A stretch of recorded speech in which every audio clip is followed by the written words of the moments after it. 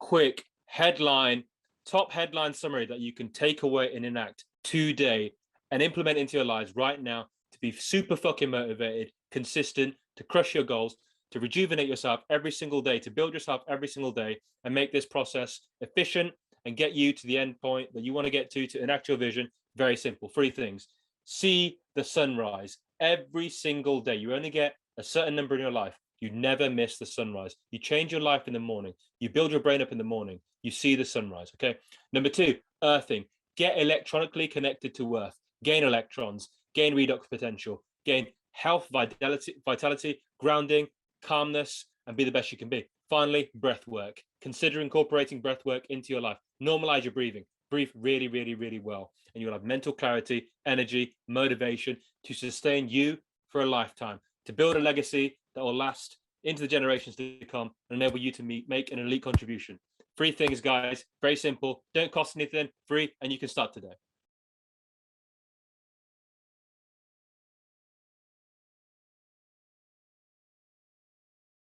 Welcome to Radical Improvements. Today I have a very special interview, and this is going to be I might be doing podcasts, so I might start doing and getting people on who are interesting and start talking to them about self-improvement. Today I've got probably my first choice in terms of talking about like the mental aspect of self-improvement, and he goes by Earthbound Mystic on YouTube. Go and check out his YouTube channel. I'll put a link down below. But we're going to talk about techniques for keeping yourself like sane and motivated and disciplined while you're trying to chase your goals. And I'll let you introduce yourself a little bit better than I have. So absolutely. So absolute pleasure to be with you, my friend. And my name is Earthbound Mystic. I am, to the community and the people who are connected to me, their personal base yogi. My story is a long one. We will save that for another podcast. However, where it intersects with the work that this fine gentleman is doing and really is making an incredible contribution to many people's lives, much love and respect to him. Where it intersects is I came to the community very dead-ass serious about transformation, and I was successfully able to transition from what was a very difficult situation to coming in and making incremental progress and being sustained every single day, motivated, and experiencing before my eyes the power of the compound effect. How I was in many ways fortunate to be able to come and develop the consistency that you see was my journey necessitated that I had to go very deep, very, very deep, and learn a hell of a lot about the mind, about wellness, about systematic things we can do, we can seamlessly integrate into our self-improvement journey to keep ourselves sane, motivated, and ultimately enable us to bring our maximum human potential out into the world, to be the best version of ourselves, to serve our communities, serve our families, and be the best we can be. I'm very excited today to share this. That's significantly more articulate than I was going to put it. So yeah, like before this, the whole idea was I wanted you to like basically talk about techniques, because I talk about the mental side of self-improvement. And obviously when you break down your goals, you can break down like the things you need to do to achieve them. But what you don't necessarily realize is if there's like a long time you need to achieve those goals, then you need to factor in how like your mind is going to handle the journey. And that's what this podcast is going to be all about, or this interview is going to all be about. And like, I'm not really a technique guy. I've very much been one of those, I learned by feel, I learned by like, and I put myself through a lot of like pain and torture and all that stuff. And I didn't have a lot of like technique or like theory as to what I should be doing. I kind of just learned by improving myself, like by working out what works for my mind and keeps me sane. And a lot of like, you know, our mutual friend, Andy, Killer and a Loser, yelling at me when I did things wrong and giving me inspiration, and also telling me not to be like his biggest advice is don't be such a dick to yourself, which is like very good. But I think what you've shown is that self-care and preparation can really help. Because like, I think I saw a guy tell you on the forum, like you have like 5 times the work ethic of anyone else we've ever seen. Like your commitment to logging your journey, your commitment to actually trying new things.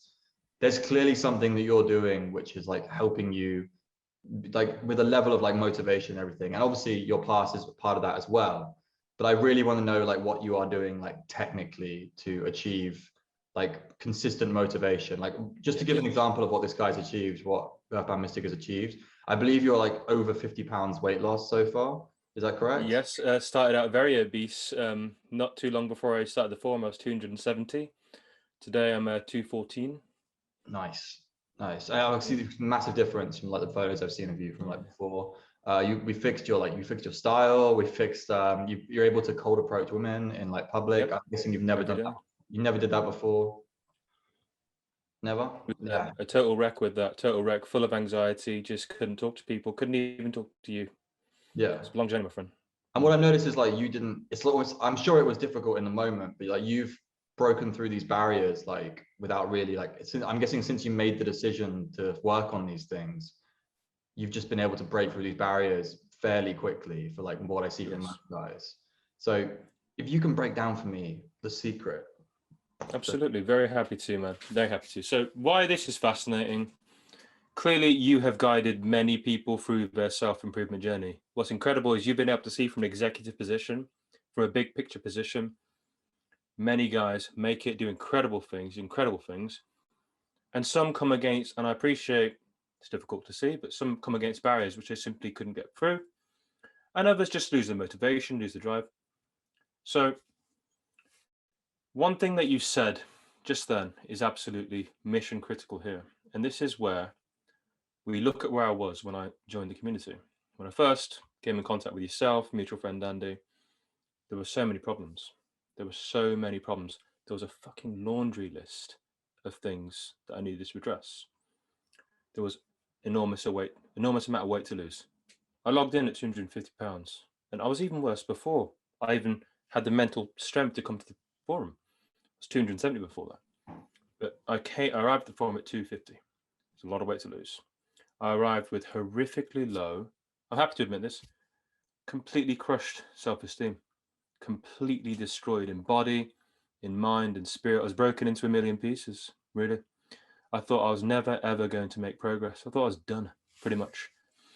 And in addition to this, I was coming off just a very dark period of my life where I'd known a lot of defeat, a lot of health problems. We're talking insomnia, we're talking extreme anxiety, phobias, agoraphobia, you name it, man. And also coming off my first attempt at self-improvement, which was my early 20s, which was very unsuccessful because I went about it in an incredibly stupid way. Had a terrible game plan. What did you go towards when you were in your early 20s?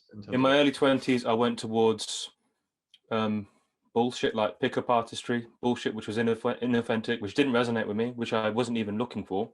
But that was the information I could find. I didn't know who Radical was. I didn't know who Andy was. I couldn't find this information. That was what I could get. And I was so desperate, I rolled with it, and it just made things worse. So much happened in my journey that it's difficult to condense. But what I can say is when I arrived at the forum, I was so fucking sick to my back teeth of just being frustrated with really trying. I'm a hard-working man. I started working at 11, had 5 paper routes at 11, 2 jobs at 16. I came from an environment which was an area which had low university progression, went to an excellent red brick uni. I have worked my fucking ass off, and I tried with different things, and they made me worse. And I had to come to a point where I realized, why are these things not working? Okay. This was the critical moment. This is the deep life-changing insight. I understood that it was physiology, that it was biochemistry, that it was what was going on in my brain and my body. And I went so deep into that, that got me out of my health problems. That got me out of my anxiety, got me out of a lot of things. So by the time I came to the forum, I put my trust in the community and then began the processes. And as I was enacting the processes, I had these light bulb moments. Oh my God, I can use my methods here to make this easier. I can use my methodologies that I learned when I had to overcome my very extreme health problems to actually make this process linear, tangible, and make myself motivated, happy, and consistent. It was a blessing in many ways because I found something that's innovative. What I mean by innovative is these knowledge, these concepts, this knowledge. It exists. It's in alternative health. It's in it's in biochemistry. It's in quantum biology. These things are known, but we're not talking about it necessarily in self-improvement. I didn't see it. I made that connection. I brought those ideas in and built processes and built a theoretical framework, applied it to my biology, applied it to my brain, applied it to my body. And then I took the mindset, downloaded it, listened to a lot of your content. You helped me a lot on the forum. Listen to Andy. I have access to Andy every day. I built the war machine, the physiology. I had the roadmap from yourself and Andy. And because I had those two things, they merged. Linear progress. Yeah. Linear progress. Let me talk to you a little bit about these things. I'd say it's the roadmap plus the infrastructure you need in your mind to like stick with it. And like, I feel like too many guys, like some guys have it naturally. And I think the guys that succeed, or not naturally, but you know, I mean, they've gained it somewhere else in their life, or they've got it like just in their bones. Like I've definitely seen people that it's just like, this is who you are. You're not going to quit. You're going to keep going. I've seen guys who have like crashed and burned so many times they're sick of it and they want it. There's different kinds of people that just don't have that ability to stick with it. But like I think you're one of the first people I've seen that maybe has like built it through structure, which is interesting. And exactly. I would say as well, you very much mirror Andy's like what Andy says about the way he built the roadmap. The stuff that we know is because he went through so much pain and suffering to figure it out. And then he built that into his, obviously, Tinder guide, into his How to Beat Depression guide, all of these things. And his whole idea is like, I want to save guys pain. I want to save like the years of suffering. And that's, yeah, it's basically like, and I think you're hitting a very similar like mindset here with like teaching some of your stuff, which is cool. Precisely. No problem. And this is exactly it. This is how cumulatively progress is made. Paradigms shift in science and anything when little discoveries keep adding up to such which the previous paradigm isn't sustainable anymore, and we make a quantum leap. With myself, with Andy, with many of the people who are on this journey, we are contributing to this paradigm shift towards greater efficiency, towards a roadmap which will, in future generations, and this community is going to get bigger and bigger and bigger. It is. You'll contribute, we're all contributing, it's going to keep growing. And we'll have an incredible body of knowledge at that point. But I want to start with 3 things today. The most mission critical thing, the one I use every day, the one that enables me to every day work so hard, grind myself into a powder, and every morning build myself back up to go through again, is there is a practice I use called sun gazing. I see the sunrise every single day without exception. Okay, now why do I do this? When you see the sunrise, it has a profound effect on the human organism. Seeing the morning sunrise is irreplaceable. It is king. When your eye sees the morning sunrise, your suprachiasmatic nucleus, which is the grandfather clock in the body, communicates to the pituitary gland to start the hormonal cascade, to start the healing, rejuvenating hormonal cascade. During the AM hours is when the most important hormones are made in the body. So when serotonin's made, when dopamine's made, when beta endorphins are made, when nitric oxide is made. Getting this light, triggering the hormonal cascade, is what begins to rejuvenate us. And most importantly for self-improvement, this is how you raise your dopamine. If anyone takes anything from this interview, the most critical thing, if you want to change, you have to find a way to raise your dopamine. And there is a way you can do it right now that's free. You see the morning sunrise and you get as much AM sun on your photoreceptors as possible, on your skin, on your eyes. To be honest with you, I've set up my life because it's so dead serious for me, but I've set it up that I can take full advantage of this. Okay. Now here's the thing about dopamine. When you're low dopamine, you can't change. The guys who you see radical, who don't make it, who think I'm never going to change, I've had too much of a painful past. Me and Andy have been through all that shit, more than most, right? I'm not here to compare misery, right? But what happens is when you've had a lot of shit, when you become quite distorted, your dopamine levels are dropped. When your dopamine levels are dropped, it's hard to build a new reality because you can't change. Dopamine's required to think clearly, to be articulate, to be able to engage in new ideas, new concepts, to bring about new realities. Okay. There's a wonderful quote I have from an incredible source of information, a neurosurgeon called Jack Kruse, who I've learned a lot from. And he says, if you have low dopamine, you will not perceive the reality that is right in front of your face. And the most important thing you can do to raise your dopamine is to see the sunrise and get AM sunshine. I do that every day. Okay. And because I raise my dopamine progressively, I understood. People pointed out when I started the forum, they said, dude, you're working hard, but you have these self-loathing issues, you go into negativity. Man, you're gonna have to get over that. You said in our consult, you have to learn to love yourself. I understood what was going on in my brain. I understood what was going on in my neurochemistry. Then I attacked it. Then I built a process to rejuvenate my brain chemistry. I raised my dopamine. Okay.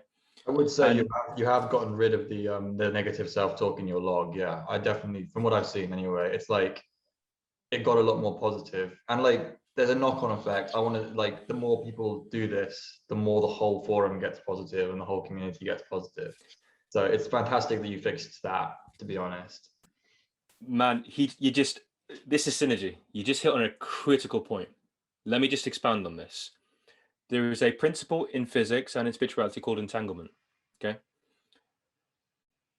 When we are around positive people, these people have got high dopamine, their body is replete with electrons, they're out there thriving, they're functioning well. Okay. We can, at the quantum level, actually entangle with these people. I'm entangling with you right now. It had much interaction with you. We've worked together on different things, and I'm entangled with you at some level. And then because we are entangled together, and in the community, there's some people who are entangled with me. They're reading my stuff. They're interested in my journey. We can influence each other, right? And we lift each other up. And the more people begin to thrive, rejuvenate, heal, become high energy, really go out and be very motivated and consistent, this entangles other people into that web, and we keep lifting ourselves up. Now, what's the corollary of that? Things like social media, okay, are full of a lot of energy vampires who'll bring you down, who'll knock you down. You can go to other communities, you can go to different parts of society, who people brainwash themselves, sitting in front of the media all day, lowering their dopamine and entangling themselves in negative bullshit. So how we've set, in many ways, how a community is set up is we're all doing these processes to build ourselves up.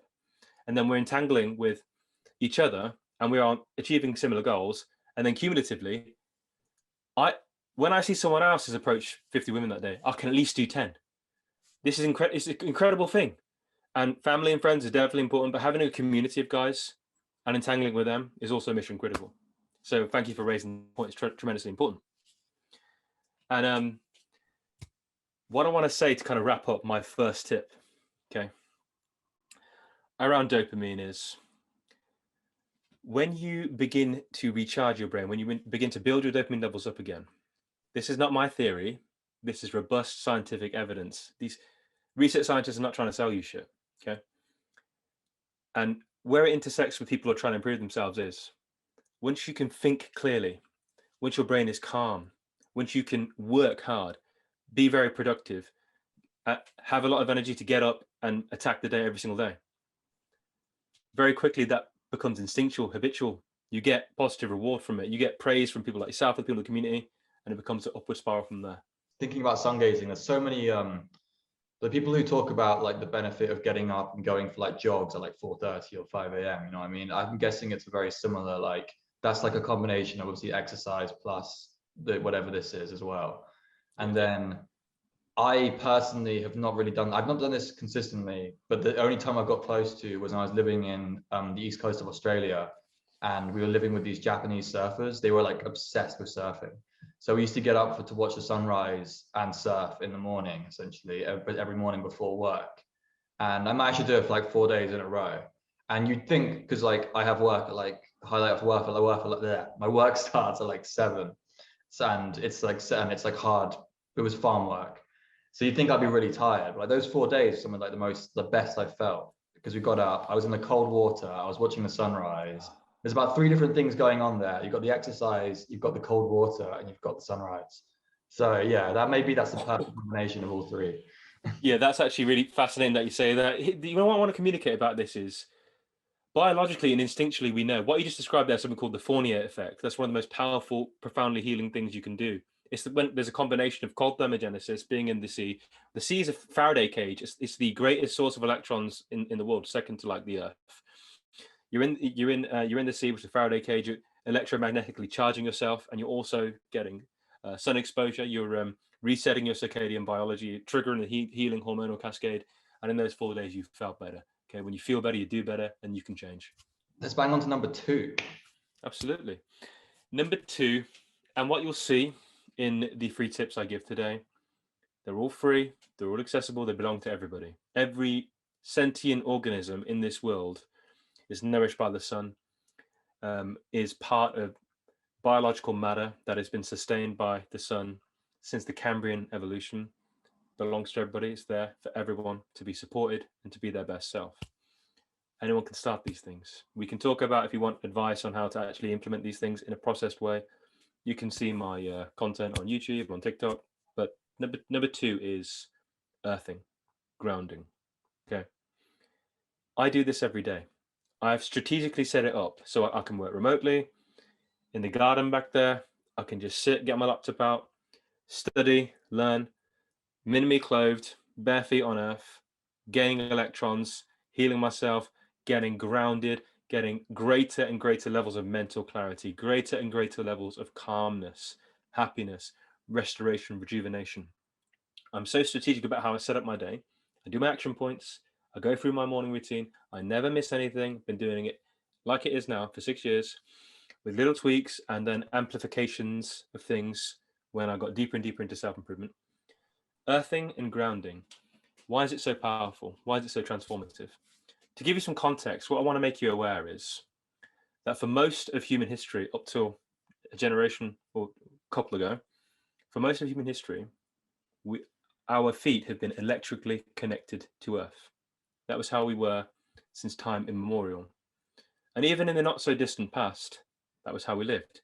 Even when we had animal skinned soles, they still allow grounding. They still allow the movement of electrons from the Earth into the organism. To give you an example, to illustrate this, to make people buy in a little bit better. When you look at really interesting, creative, fascinating people who made a robust contribution to the world, sometimes when we unpack their lifestyle, how they lived, we can get interesting clues. Did you know that Friedrich Nietzsche walked in the forest every day for 6 hours? And just note that this man made contributions to philosophy, to the world, that in many ways shaped the world that we live in. Have you read, sorry, on that point, Nietzsche with the walking. There's a book called The Philosophy of Walking, which I recommend anyone read, but have you read that? Yeah. Yeah, I've got some... Nietzsche was a madman for walking, like genuinely. Like, yeah, he used to take his acolytes with him, like to try and then basically walk them into the ground, which is very, yeah. Sorry. Little point. I love that book. And I've also been a very big fan of like just rambling and walking. So if anyone's interested, buy that book. Very good. I can certainly recommend that one too. And these case studies I'm giving here are taken from that book. Oh yeah? Yes. Beethoven, again, you can confirm as well, went for long walks every single day. A lot of the, where I'm situated now in England, a lot of the English Romantic poets lived in close concert with nature. There was a whole Lake District school of poetry where these people were stimulated by nature. Their greatest creativity came to them in nature. Now, let's deconstruct that. They were electrically grounded. The shoes of that time, the kind of souls that they had at that time were conductive. They were spending hours and hours all the time, pretty much how they lived. They were always gaining electrons, always gaining electrons. They were healthier, more vital, and able to produce incredible amounts. Very motivated, living in their own world, and ultimately manifesting beautiful things, bringing incredible things into the world. So the lesson there is something in earthing. Okay. Now, furthermore, this is something that has a tremendous amount of research that is done on it. check out the work of Clint Ober. There is a Earthing Institute you can check out. There's a whole science of it. I'll distill it for you now. Okay. When we are barefoot and connected to the earth, electrons move from the earth, which is, after the sea, the most abundant source of electrons in our plane of existence, and move into us. So why that is so critical is that biophysically and at the atomic level, our atomic makeup is one whereby we actually want to gain electrons. Redox potential in the cell is a net negative charge. Okay, we want to have a really strong redox potential because that enables us to animate ourselves, generate life, support our cell function. Your cells need to work really well. Your mitochondria need to work really well. Okay, our brain and our heart are the biggest, most concentrated source of mitochondria. You need your brain working really fucking well if you want to go high in self-improvement. Okay, you need it working really well. You need to be able to learn, think. I can come in front of you, be articulate, and we can talk about all sorts because I've restored my brain mitochondria and I'm dead ass serious on taking it to the highest level I can. And earthing is critical to that. It's mission critical. So we gain electrons, okay? We ground ourselves. We experience stillness. We experience clarity. We make ourselves rejuvenated through these practices. And then when it's time to take action, when it's time, okay, well, it's another day. I need to go to the gym. And just before I go to the gym, I'm going to park up. I'm going to go into the city centre. I'm going to do my cold approaches. I'm going to shower up, change my clothes, go to the gym, work out, come back, do the next part of the process. And then I'm constantly recharging myself by using earthing, constantly making myself more and more motivated. Every day I work hard and then I find ways to build myself up. Like you charge your phone, I charge myself and I do it through earthing. Tip number 2 is if you're serious about self-improvement, earthing is one of the cheat codes for you. You can rejuvenate yourself, energize yourself. When there's negative things that happen, when there's challenges that come your way, you can do earthing and grounding and they can melt away and you can keep attacking. And that's what we need to do in this journey. I have my cousin, his wife is a mindfulness coach, and awesome. Yeah, she's like, that was the first thing like they ever advised, like, and I think to me was like learn how to ground yourself. And basically anytime anyone's brought up mindfulness, they always talk about how much they enjoy, how much they like appreciate the process of just grounding. There's quite a few guys on YouTube as well I've seen who are like really into this concept and everything as well. And there's a really wonderful documentary on YouTube that I would just put out here so people can check it out because it will just motivate them to do something that is going to really heal them and make their journey easier. This documentary is called The Grounded, I believe. We can link to it. It's just on YouTube. It's like free. You can just watch it. And that was kind of what started the craze off for a lot of people. It's kind of an older documentary. It started off the craze of all these earthing mats and all this stuff, but I don't like to tell people about that. I like to tell them to go and put their bare feet in the earth because they also get in native sunlight. So there's a lot of strategic thought that goes into this, you know. You don't need to buy anything. This is one of those. This is like both of these fucking things are naturally occurring. Like you don't need to go out and like buy something to do this. That's why I like this. This is why I like the mindset stuff and the mental side of things. Like everything is at the end of the day, it's all you versus yourself. You know what I mean? Or you finding your way, and that's what self-improvement is against you. It's obviously like a battle with yourself. For me, it's always been a battle against like comfort. That's always been my biggest like battle. I think a lot of people, they understand that if you stay comfortable, you stay soft, you stay mediocre. That's like the whole battle is like keeping yourself like, you know, like keeping yourself hard and keeping yourself like, you know, like fucking Goggins always says, doesn't he? Yeah. Isn't Goggins the one who says like stay hard? Or is that stay hard? But you know what? I've got his band on right now. If you can see that, stay hard. He's the guy's in the back of my head every minute of the day, man. Whenever I don't want to do something, I don't necessarily always want to go cold approach every day. I don't necessarily want to make myself uncomfortable and ask girls on dates, but I do it because I know it'll make me better and stronger. And it's a journey every single day. But we have to go into that path of pain, avoid comfort, so we can ultimately leave a legacy in this world and achieve things which right now we might not even think are possible. But in the next 5 years, I know what's going to happen. It's going to be big. So technique number 3. Technique number 3, brother. Listen, this is breath work. And I'm going to try and be concise about this because I've been doing this for so long, right? This is one of the first things I did, breath work, right? I know quite a bit about it. I'm an advanced student of breath work in the Buteyko method. This is something that has been a non-negotiable thing for me. I post a log, I post a journal. These things I do every day without fail. This is just like brushing your teeth for me. Yeah, it's just done. I don't even talk about it. I don't even log it. These are my strategic advantages. Every day I'm rejuvenating myself, healing myself at the cellular level, using all these practices, and that's why I keep making steady progress all the time. I'm going to lose all my weight, bud. Right? In another 15 pounds, I'll be at the goal weight that I wanted to be at when I started the forum. That's not even too far away, man. I might do that in the next 6 weeks, right? And I had to build all this framework to build this machine that can just achieve things. Okay, I had to work so hard to get to that point where I could do that. A lot of factors went into it. Now we can give it to the rest of the community. They can take it. It's all free. They can realize their potential. When they start killing it, it inspires me. Then they can be on a journey with me. I can learn things from them. They can learn things from me. We can do things together. We can all succeed. As we like to say, we're all going to make it. Breath work. So breath work is something that I came to not necessarily out of choice. It was out of necessity. In my teens, I was competing in the sport of powerlifting. The reason I was competing in powerlifting was I wanted to go out and do more and realize more potential and do things that suck and do things that are hard because I needed the hard in my mind.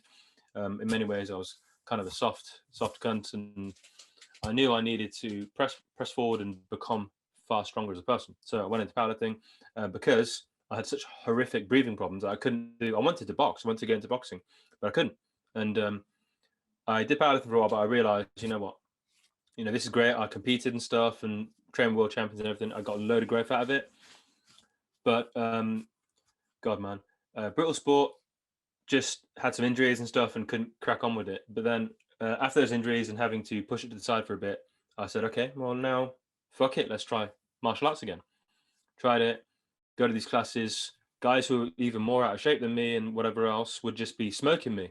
I couldn't improve my cardio. I couldn't improve my cardio ability. I just end up wiped out in the corner, just fucking hyperventilating. The coach would be like, "You okay, mate? You having a panic attack or what?" But, no, man, I can't fucking breathe. I'm training, I'm doing everything, but I don't understand what it is. And he says, "Don't worry, it'll come with time."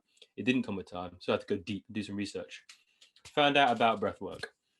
The basic premise is, for some of us who've had like high stress lives, I certainly did. God knows I did. It was fucking brutal for time of childhood to pretty much now. If we have chronic stress, it causes us to hyperventilate. It causes us to change the way we breathe. It causes us to breathe too much. When we breathe too much, we reduce our alveolar CO2 levels and we blow off too much oxygen. So that causes a dysfunction in breathing and means that when we try to engage in physical activities, we're going to perform very poorly. And this is the theory of an incredible individual called K.P Buteyko, who was a Russian medical doctor. This guy was a genius. This guy was a respiratory physiologist. He did world-leading research that to this day, in many ways, his research on carbon dioxide hasn't been surpassed. Fascinating individual. And his approach to breath work was scientific, was methodical. He combed through ancient practices, traditional practices that were done in the East for millennia. He looked at ancient yogic texts and he began to see he was an incredible genius. Like, he was a wonderful scientist. He was working with obviously loads of patients. He observed their breathing, and he noticed when there were patients who were breathing very heavily, he could actually tell they were close to death. He made these observations, made these connections, and retrained his own breathing, and went on a long process. He had an incredible lab. He was given loads of resources to build this incredible lab and all this stuff, because this guy was a first-rate scientist. He developed a methodology to normalize breathing using breath work, using a range of things, physical activity, a range of things, basically. And with breath work, to my mind, we can get some incredible benefits in terms of the mental clarity it provides, the groundedness, the calmness. When you're in self-improvement and when you've got a lot of problems and you've got a lot you need to fix, and if you're ambitious and you want to get somewhere, want to do big things. When I had a chat with Andy not too long ago, he's kind enough and gracious enough to take me on his YouTube channel and interview me. He says, "I know you're ambitious and you're hardworking and you've got big goals, but for the next 5 years, you don't even know where you'll be. So don't even try to predict it. And he's very clear that there's going to be blood, sweat, and tears. There's going to be ups and downs. There's going to be chaos. There's going to be. So you need to think strategically, how can I build the war machine that can be so resilient no matter what comes, no matter the torment, the heartbreak, how physically tough, mentally tough, taking myself to the next level as a man is going to be. I need a framework and a set of tools that can always bring me back to healing myself, revitalizing myself, making myself endlessly still, endlessly calm. Okay. And breathwork is where I found it. Let me tell you something about breathwork and why it's so important for the conversation we're having now. When you have dysfunctional breathing, it causes random and asynchronous firing in the brain. It amplifies negative emotions enormously. This is robust scientific peer-reviewed research. A bunch of Finnish doctors actually, or research scientists, have done this research. It can lead to elevated anxiety, elevated stress. It creates a demon-haunted world because you have low brain oxygen. Okay, if you have low brain oxygen, okay, and poor mitochondria, and poor circadian rhythm, and low energy, going on this journey is going to be fucking brutal. But with these tools, you can stack the odds in your favor and ultimately build a war machine that will destroy the enemy and enable you to get victory. Breathwork is one way to do that. It's part of my routine. Do it every single day for 6 years without fail, 45 minutes. I don't mention this on my journey because it's on my log, because it's just done. It's non-negotiable. I'm doing it in my garden, grounded, sunlight's hitting me, minimal clothes on, feet connected to the earth, 45 minutes of breath work. I get up and I attack the day. Recharged, re-energized, reinvigorated, fully calm. Any bullshit that happened before is forgotten. And not only that, but when you do this sustained for long periods of time, everything you're doing in self-improvement is amplified. If you have this kind of physiology in these practices, when you go to therapy, people do therapy for fucking 10 years and don't have breakthroughs. Did it for 3 weeks. I don't have that horrible negativity now because my brain it's got high levels of oxygen. The mitochondria is working well. I'm open-minded. I can rewire my brain. Neuroplasticity, requires a certain level of physiological calmness to work effectively. Everyone knows this. Read the book, The Brain That Changes Itself by Norman Doidge, Dr. Norman Doidge. And there's enormous amounts of research on neuroplasticity. These are things that enable us to win. We are adaptation machines. Epigenetics mean we can change anything in our genes, anything in our biology. Neuroplasticity means we can change anything in our brain. But for neuroplasticity to work, for epigenetics to work properly, we need to be in the right environment with the right physiology, okay? So because I created the right environment, I create the right physiology, when I want to change my brain, all I have to do is repetition, expose myself through operant conditioning and neuroplasticity. I can rewire and change my brain.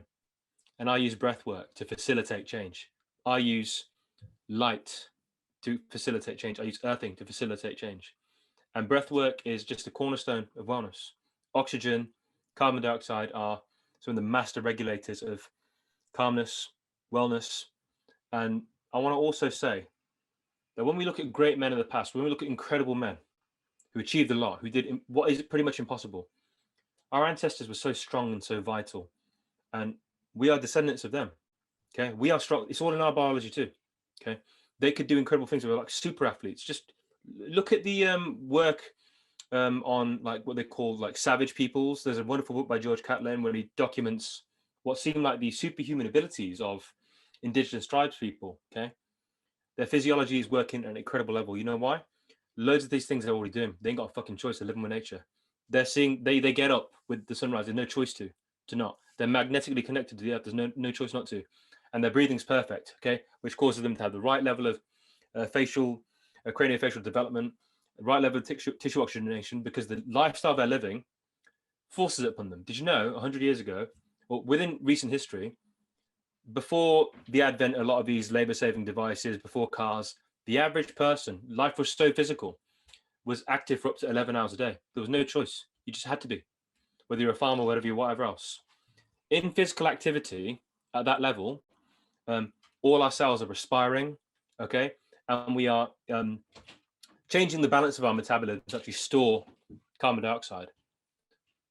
Carbon dioxide through the Bohr effect is the great retainer of oxygen, okay, it binds to it. So our ancestors were high oxygen people. They were less neurotic than us, less depressed. There's a mental health crisis now because our society's changed. We have technology, we have a lot of different things, that are great and are beautiful and they will lead to victory. But we need to be strategic in how we use them, how we leverage them, and we need to incorporate lifestyle practices to mitigate them. These three things are key.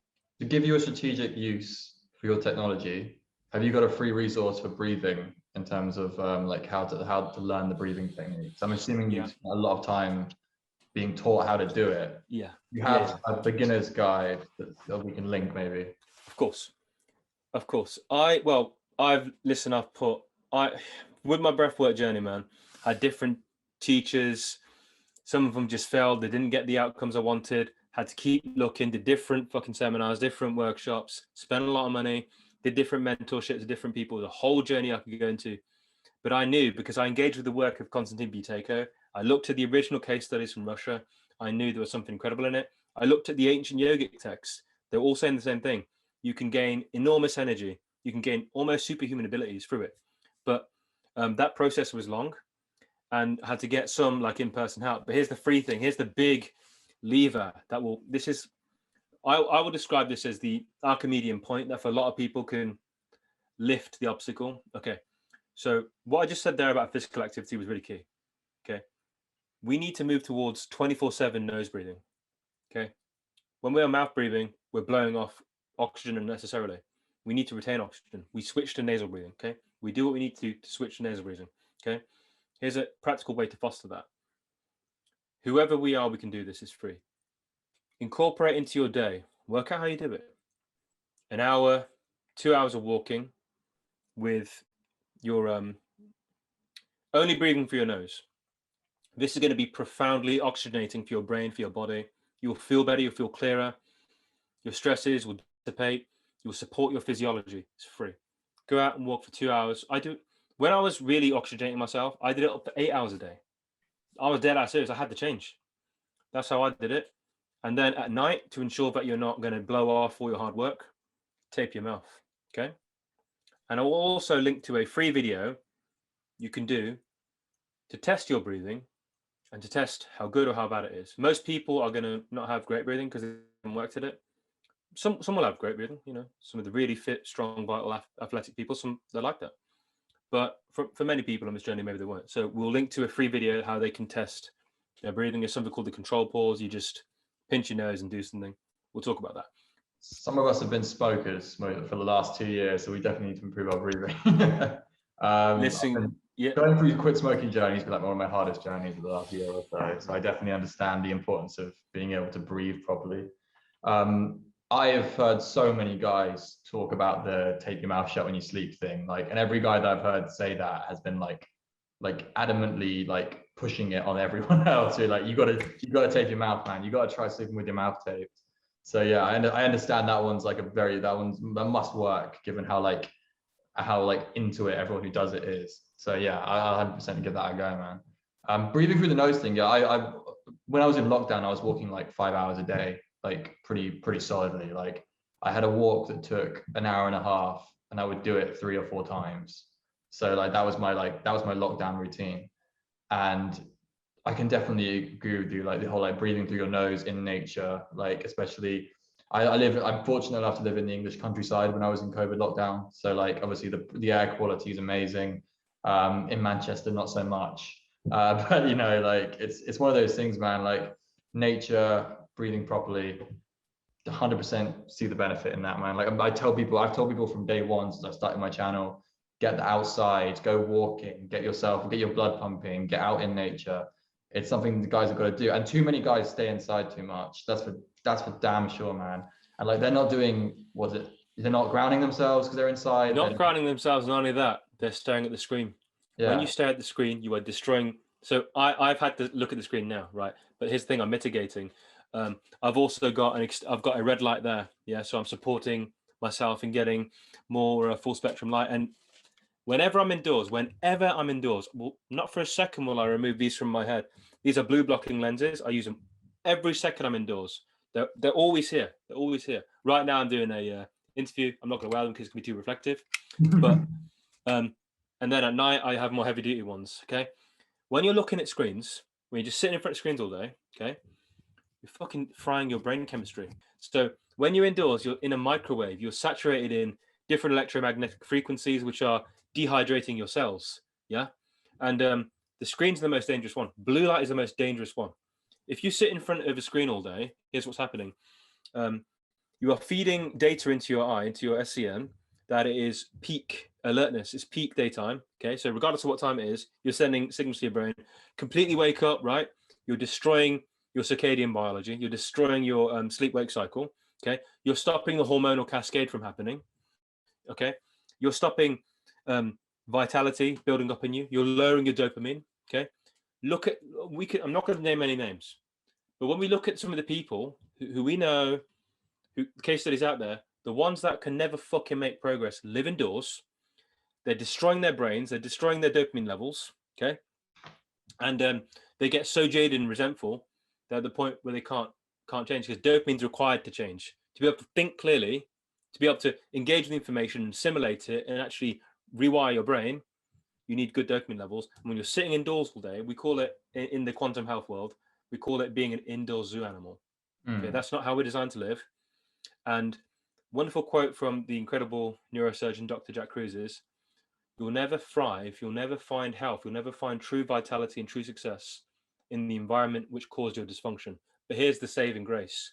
You didn't get dysfunctional living outdoors. You didn't get dysfunctional being outdoors. When I'm working with people, there's a guy I'm kind of coaching right now. I told him just to stay outdoors as much as he can. So he's spending 2 weeks in Epping Forest right now, rejuvenating himself, feeling good, and now he's ready to make an incredible change in his life. Okay, so what you just said there, Radical, I want to echo that. And some of these things, some of these tweaks, hopefully when I see you down south in a couple of weeks, we can work with you south and put these tweaks in so we can bring you up to the level which you're on your way towards. Hopefully we can make that faster so you can have the impact that we want you to have and ultimately touch the lives that we want you to touch. Yeah, I feel like the three things you've mentioned are the opposite of being indoors, which is great. That's truly great. Especially, I need to redo a video of mine where I was just walking in a forest and I was like, get your fucking asses outside. Too many of you have taken this lockdown as an opportunity to hibernate. And it's just like, yeah, I have the orange light glasses as well. That's another thing I'd recommend to everyone. I actually got that off Andy. Well, other people are doing that as well. I switched my phone to grayscale to like basically stop myself from like being so excited to open it all the time, because if you turn the colors off your phone, you're less excited about it. I don't know if it really, sorry, go on, explain this if you know it. I was just going to say, I have all my technology. This right now is on night shift mode. We'll put free videos on how they can do that. My phone's on night shift mode. The screen is essentially orange. It's not emitting much blue light at all. These are things that we do to mitigate it. I'm not destroying my dopamine levels.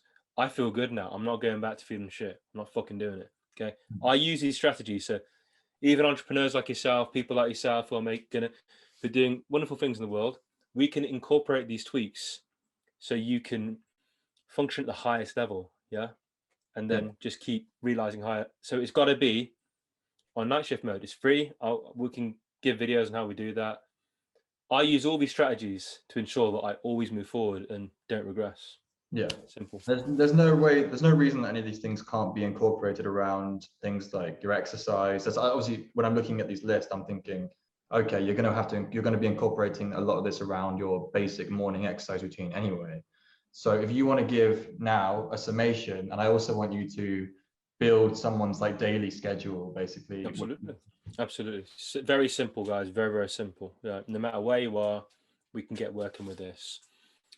First step, you do a search on Google and you find out what sunrise time is where you are and what sunset time is where you are. You note those down. Then you pick up your alarm clock, you pick up your iPhone or whatever, and you set 2 alarms. The first is sunrise.